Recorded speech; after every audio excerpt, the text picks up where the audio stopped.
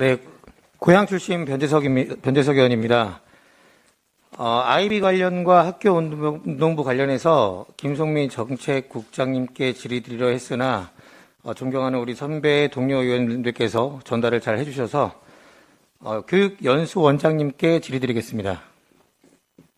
네, 경기교육연수원장 김태성입니다. 네, 원장님 요즘 교권 침해가 심각하죠? 네. 네, 최근 3년간 교권 침해 현황을 보니까요. 네. 2020년도에 253건, 21년도에 499건, 22년도에 8월까지 379건, 22년도가 아직 남아있기 때문에 데이터상으로는 점점 늘어가고 있네요. 알고 계십니까? 저희 교육연수원에서는 관련된 데이터나 그런 자료는 네, 없습니다. 네. 알겠습니다. 사회적으로 드러나지 않는 부분도 많을 것 같아요. 네, 교권 침해는 경기도를 넘어서 제가 이거를 연수 쪽으로 말씀드리려고 사전에 말씀드리는 겁니다. 네. 자, 교권 침해는요, 경기도를 넘어서 전국적으로 공통적인 문제겠죠? 그렇습니다. 네.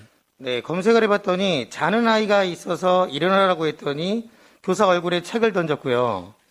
그리고 수업 중 교사 옆에 누워서 웃으며 휴대폰을 보고 있고 다른 아이는 그 모습을 촬영해서 SNS에 올린 경우도 있었고 또 싸우고 있어서 말리니까 분에 못 이겨서 흉기를 들고 교사에게 협박을 하기도 했네요.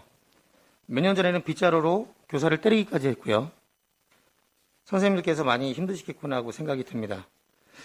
자, 네. 우리 원장님, 있습니다. 예, 교사로 원장님도 이제 교육 관계자로서 이 교권 침해가 왜 일어난다고 보시나요? 물론 시대적 변화에 관한 부분도 있습니다. 많은 부분도. 그다음에 선생님들께서 아이들을 케어하는 방식, 지도하는 방식에 대해서 조금 변동을 줘야 되는 상황도 있는 거고요. 또 그 무엇보다도 현재 선생님들이 약자로 취급되는 현상이 좀 있습니다. 네, 말씀 감사합니다. 시간 관계상.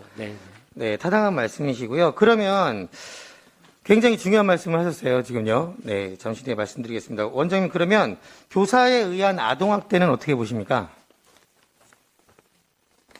네. 교사에 의한 아동학대. 물론 그것도 당연히 바람직하지 않습니다. 이 부분도 경기도를 넘어서 전국적으로 일어나고 있는데요. 대략적으로 찾아보니까요. 교사가 친분이 있는 학원으로 안 옮긴다면서 학생을 정서적으로 지속적으로 학대해서 유서를 남기고 극단적 선택을 합니다. 또 같은 학교에서 그 교사로 인해서 또 다른 아이도 극단적 선택을 해요. 근데 본인은 그냥 정당한 훈육이었다라고 이야기를 합니다. 자, 교사가 직접 때리는 것은 법에 어긋난다면서 놀이를 가장해서 제가 지금 들고 있는 거죠. 놀이를 가장해서 반 친구들에게 대신 때리게 해서 상해를 입히고요. 아이가 우니까 남자 자식이 뭐 그런 것도 못 참냐면서 쟤랑 놀지 말라는 등 따돌림을 조장한 사례도 있죠. 또 아이들에게 정상이 아니다. 네 애미가 그렇게 가르치냐. 너 같은 XX는 일찍부터 싹을 잘라버려야 한다는 등 폭언을 일삼는 경우도 있고요. 제가 저희 지역구인 고양시에도 이런 일들이 많이 접수되고 있습니다. 지금. 자, 이 밖에도 많은 사례들이 있는데요. 원장님, 교사의 아동학대 이 부분에 대해서는 어떻게 생각하십니까? 절대 있을 수 없는 일입니다. 그런 거는 선생님으로서는 해서는 안 되는 거고요. 네. 엄하게 처분을 해야 된다고 생각합니다. 엄하게 처분을 한다고 하셨는데 지금 학생별로 아동학대로 인해서 징계를 받은 교원 현황을 보니까 없어요. 3년 동안 한 건 경기도에 전체 다 해도 3건 있네요. 3년 동안 자료를 보니까요. 엄하게 처벌을 해야 된다고 말씀하셨는데요. 네, 이게 중요한 건 아니고요, 지금요. 자, 교권 침해를 당하는 교사도요, 그리고 학생도 많이 힘들 것 같은데요. 좀 더 현실적으로 다가서 보면요. 그때 저랑 통화도 하셨죠. 네. 유치원 때는 장난기가 많은 개구장이들도 더러 있지만요. 대부분 잘 하잖아요. 네. 그런데 이후에 아이들이 초등학교에 입학을 하면 공교육이라는 환경 속에서 훌륭한 교사의 가르침으로 학교 생활을 즐기면서 성장하게 되는데 가끔 우리의 기대와는 다르게 아이들을 대하는 소수 교사의 언행에 혼란을 겪기도 합니다. 아이들은 타고난 기질에 따라서 밝을 수도 있고요. 소심할 수도 있고 에너지가 넘칠 수도 있어요. 그렇습니다. 네. 근데 본인이 정해놓은 틀을 만들어 놓고요, 교사가. 그 아이가 그 틀을 벗어나면 잘못된 훈육을 하는 경우가 이렇게 현장에서 벌어지고 있습니다. 물론 전체를 말씀드린 게 아닙니다. 네. 그리고는 그것을 동료 교사에게 아이들을 리드하는 방법인 양 전수하는 모습도 제가 포착을 했습니다. 자, 심리학 용어에는요, 내면아이라는 게 있어요. 화를 참지 못하는 상황이 오면 어른과 아이와의 관계에서 어른답게 훈육을 하는 것이 아니라 내 안에서 아이가 튀어나와서 아이와 아이가 만나서 대화를 합니다. 그리고 싸우게 되는 거죠. 자, 즉 내면아이는요, 어릴 적 상처나 그리고 어릴 적 나에게 영향을 줬던 누군가를 모방한 모습일 수 있는데요. 자, 그렇게 되면 아이는요, 교사에 대한 불신과 불만이 쌓이게 돼서 학년이 높아짐에 따라서 존경은 사라지고 반항심이 높아지는 거죠. 그것이 전부일 수는 없지만 상당수가 그렇게 교권 침해에 가담하게 됩니다. 이해하시겠습니까? 네, 네.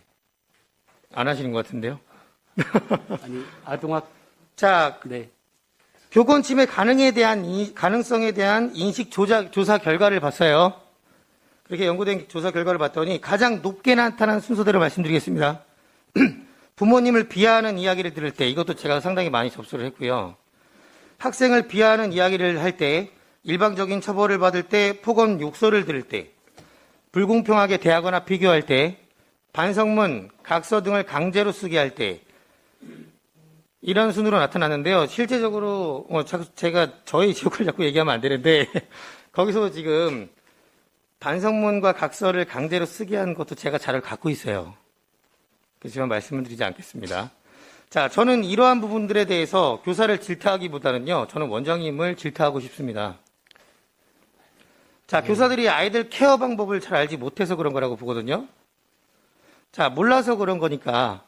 자, 아이 케어 방법을 알아야 교사들도 번아웃을 줄일 수 있겠죠. 그렇습니다. 네, 교사들이 아이 케어 방법을 잘 몰라서 초등학교 저학년 때부터 교사의 따뜻한 보살핌과 차별 없는 응원으로 중학년, 고학년을 단계적으로 올라간다면 교사에 대한 불신과 불만이 확연히 줄어들 거라고 보고요. 이 발언에 대해서는 증거도 필요 없는 것이 뭐냐면 여기 계신 모든 분들이 학창시절을 떠올려 보시면 아실 거예요. 어떤 분에게는 정말 들어주기 싫고요. 또 어떤 분에게는 실망시키고 싶지 않아서 계속 그분을 따랐던, 또 더 열심히 했던 기억이 있으실 겁니다. 부산교육연수원 이미선 원장님이 굉장히 의미 있는 말을 하셨더라고요. 예전에는 허용됐던 말이나 행동이 지금 젊은 세대에게는 상처가 될 수 있다는 점을 교사들이 자각할 필요가 있다. 교사와 학생이 대화와 소통으로 서로 신뢰를 쌓아가는 과정이 강화돼야 교권 침해, 교사 폭력과 같은 폭력 전반이 달라질 수 있다. 굉장히 훌륭한 분이시죠? 네, 네. 물론 원장님도 그렇게 생각하고 계시잖아요. 그렇습니다. 네, 그렇죠. 그래서 교원 연수의 대상별 아동 이해 부분과 인성 소양 교육 부분을 비중 있게 추구할 것을 요청드리겠습니다. 그렇게 하겠습니다. 네, 교사의 인성 교육을 위한 교원 역량의 실태에 관한 연구를 보니까요. 교원 양성 과정에서 교사 인성 교육의 실시, 체험 기회 등이 매우 제한적이라는 것을 지적하고 있어요. 네, 물론 하루아침에 되는 것이 아님도 지적하고 있고요. 그래서 꾸준하고 비중 있는 필수 교육 과정이 필요한 겁니다. 네. 네, 연수원 교육 과정 중에서 제가 들어가 봤죠. 연수를 보니까 교양 과목 형식으로 인성에 대한 부분이 교사의 인성 교육에 관한 부분이 2개 정도 있더라고요.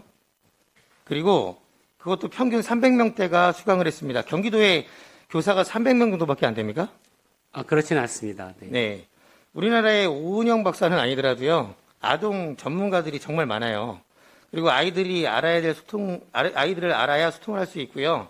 교사와 아이 모두 편안할 수 있고 부모님들께도 존경한다는 말을 예전처럼 많이 들을 수 있을 것 같습니다. 자, 아이가 유아 시절부터 결손 과정 등 상처로 인해 교육에 어려움이 문제라면요. 더 많은 시간이 필요하겠지만 그런 아이들도 포기하면 안 되겠죠. 시간이 흘러서 지금의 교권 침해 현상이 늘어났듯이요. 반대로 시간이 흘러서 존경심을 늘어나게 할 수 있어요. 네. 이유는 예전에 교육단체를 만들어서 이 부분에 대해서 수천 명의 체육 지도자, 학원 강사들, 그리고 교사들에게 이 부분을 교육해 왔습니다. 10여 년 동안. 그래서 이러한 교육을 받은 교사들의 제자들이 얼마나 행복한 생활을 하고 있는지 너무나도 잘 알고 있어요. 자, 이 부분은 원장님의 의지와 몫이라고 봅니다. 네. 일단 제가 잠깐 짤막하게 말씀 하나 드리겠습니다. 네. 독립적인 연수과정으로 인성교육에 관한 부분들을 설계하는 거가 있고요. 통상적인 자격연수나 직무연수, 일정 연수 이런 경우에도 해당되는 관련해 교권 침해나 아동학대에 관한 부분들은 모두 다 편성을 같이 하고 있습니다. 무엇보다도 선생님들 중에는 교권을 침해당하시는 분도 있고 또 아동학대로 고생을 하는 학생들도 여전히 상충해서 나오는데요. 그런 부분들은 치료가 필요한 부분들에게는 그런 기회를 드리고 저희가 또 각종 연수 자, 과정에 지금 제가 말씀드리는 건요. 예방 차원이에요. 지금 네. 당장에 어떤 방법을 그러니까 교권 침해에 대한 대책을 내놔라라고 교사분들은 이야기를 하고 있고요. 공감합니다. 네. 제가 공감하지 않는다는 말씀이 아니에요. 굉장히 심각하기 때문에 지금 되게 마음이 아파요.